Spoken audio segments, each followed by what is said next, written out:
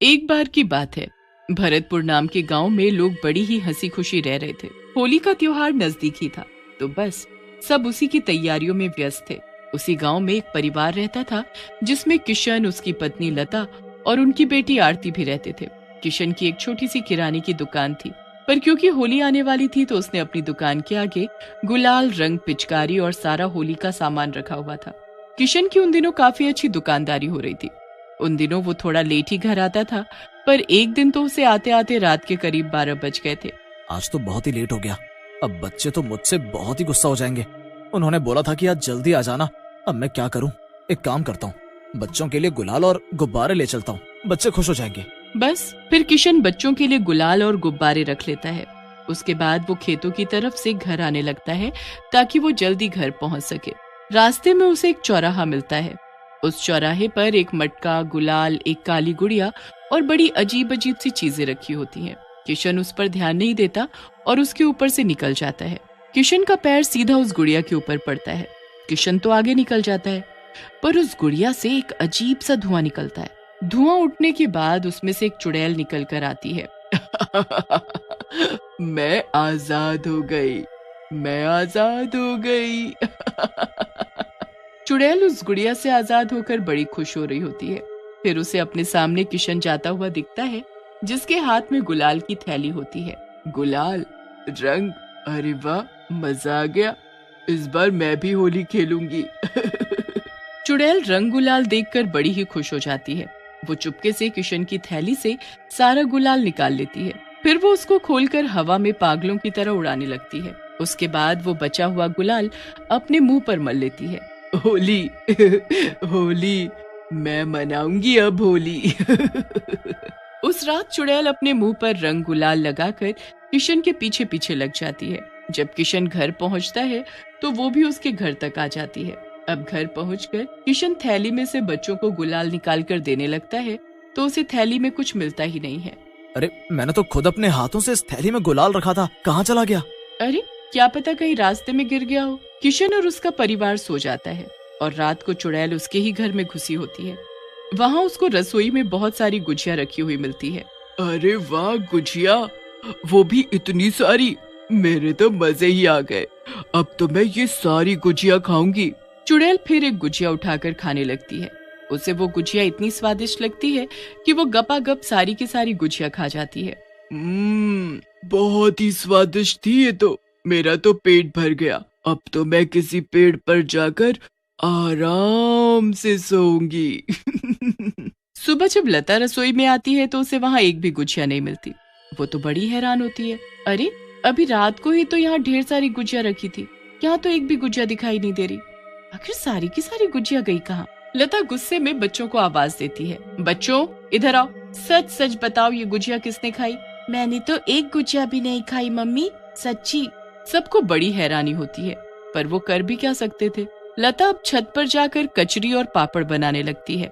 चुड़ैल भी वहीं छत पर बैठी लता को देख रही होती है। अरे वाह, आज तो मुझे कचरी और पापड़ खाने को मिलेंगे, मजा आएगा। लता पूरे दिन कचरी और पापड़ बनाती है और उसे शाम तक धूप में सुखाने के बाद उनको तल कर डब्बों में भर देती है। बच्चे जब उससे पापड़ मांगते हैं तो वो उनको डांट देती है और एक भी पापड़ नहीं देती। वो डिब्बों को बच्चों से छुपा कर रख देती है, पर चुड़ैल को तो सब पता होता है कि डब्बे कहाँ रखे हैं और वो सबके सोने के बाद फिर से रसोई में आती है और सारे डब्बे निकाल कर बैठ जाती है। इसने कैसे सोच लिया कि ये डिब्बे छुप सकते हैं, वो भी मेरी नजरों से? कभी नहीं, मैं अभी आकर देखती हूँ कि आखिर ये बने कैसे हैं। बस फिर चुड़ैल कचरी और पापड़ खाना शुरू कर देती है। उसे तो वो भी इतने स्वाद लगते हैं कि थोड़ी सी देर में वो उनको भी सफा चट कर देती है और फिर से जाकर पेड़ पर सो जाती है। अब अगले दिन जब लता रसोई में जाती है तो उसे वो डिब्बे खाली रखे हुए मिलते हैं। हे भगवान, ये डिब्बे तो पापड़ और कचरी के हैं, इसमें से पापड़ और कचरी कहाँ गए? आखिर कौन यहाँ आकर सब खा रहा है? लता फिर बच्चों से पूछती है और उन्हें खूब डांटती है, पर बच्चे बार बार यही बोलते हैं कि उन्हें तो पता ही नहीं था कि कचरी और पापड़ रखे कहाँ हैं। लता अब तो बिल्कुल परेशान होकर बैठ जाती है। रात को चुड़ैल रसोई में रखी चीजें खा जाती और पूरा दिन वो किशन के साथ बाहर घूमती या दुकान पर रहकर वहाँ काम करती रहती। कितनी बार लोग किशन को देखते कि किशन अपने मुंह पर रंग लगाकर क्यों बैठा है, पर दरअसल वो चुड़ैल होती है जो उसके शरीर में दिन के वक्त कब्जा करके रखती है। उसे खाने पीने और होली का बड़ा ही शौक होता है। अब एक दिन किशन अपने भैया भाभी के घर होली देने जाता है। अब फिर से चुड़ैल उसके पीछे पीछे लग जाती है और उसके भाई के घर तक भी पहुंच जाती है। किशन जैसे ही वहां पहुंचता है तो उसकी भाभी उसके लिए खूब सारा खाने का सामान टेबल पर रख देती है।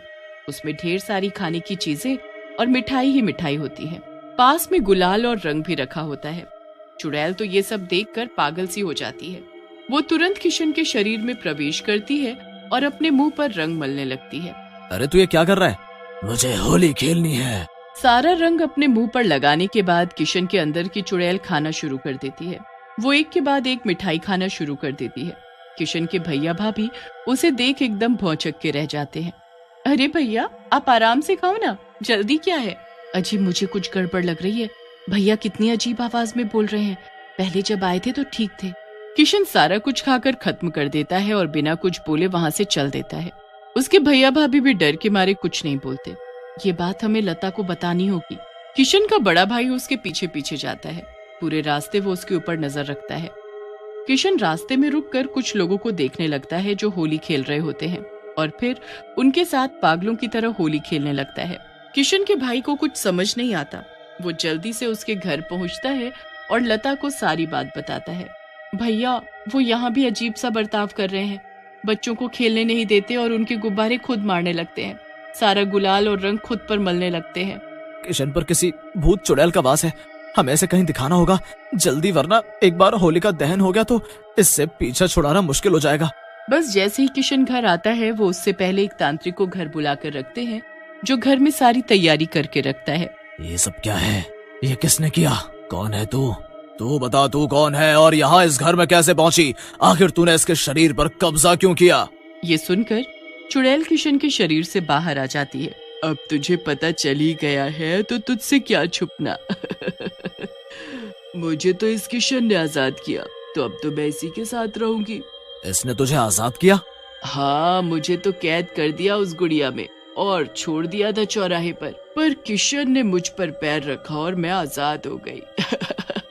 मैंने कितनी बार बोला था इनको कि चौराहों से देख कर निकला करो, पर ये तो मेरी सुन। कोई नहीं, अब मैं इसका इलाज करूंगा। बता तू क्या चाहती है? मुझे तो होली खेलनी है, बस होली खेलकर मैं चली जाऊंगी। होली खेलनी है? तुझे होली से इतना प्यार क्यों है? मुझे होली बड़ी पसंद थी, पर मैं बहुत गरीब थी। कभी ना होली पर पकवान देखे और न रंग गुलाल। ऐसे ही गरीबी में बड़े हो गए और फिर एक होली पर बहुत बीमार होने की वजह से मेरी मौत हो गई। मैं फिर एक लड़की के शरीर में रहने लगी और उन्होंने भी एक गुड़िया में बंद करके चौराहे पर छोड़ दिया। फिर जब किशन ने उस गुड़िया पर पैर रखा तो मैं आजाद हो गई। पर तू ये ठीक नहीं कर रही। तू अब चली जा इसे छोड़कर। ये तेरा घर नहीं है और ये तेरा शरीर नहीं है। नहीं नहीं, मैं कहीं नहीं जाऊंगी, यहीं रहूंगी, होली मनाऊंगी। तेरी होली खेलने की इच्छा को मैं पूरी करवाऊंगा, पर तू वादा कर कि उसके बाद तू यहाँ से चली जाएगी हमेशा के लिए। ठीक है, पर मुझे इस बार नहीं बल्कि हर बार होली खेलनी है।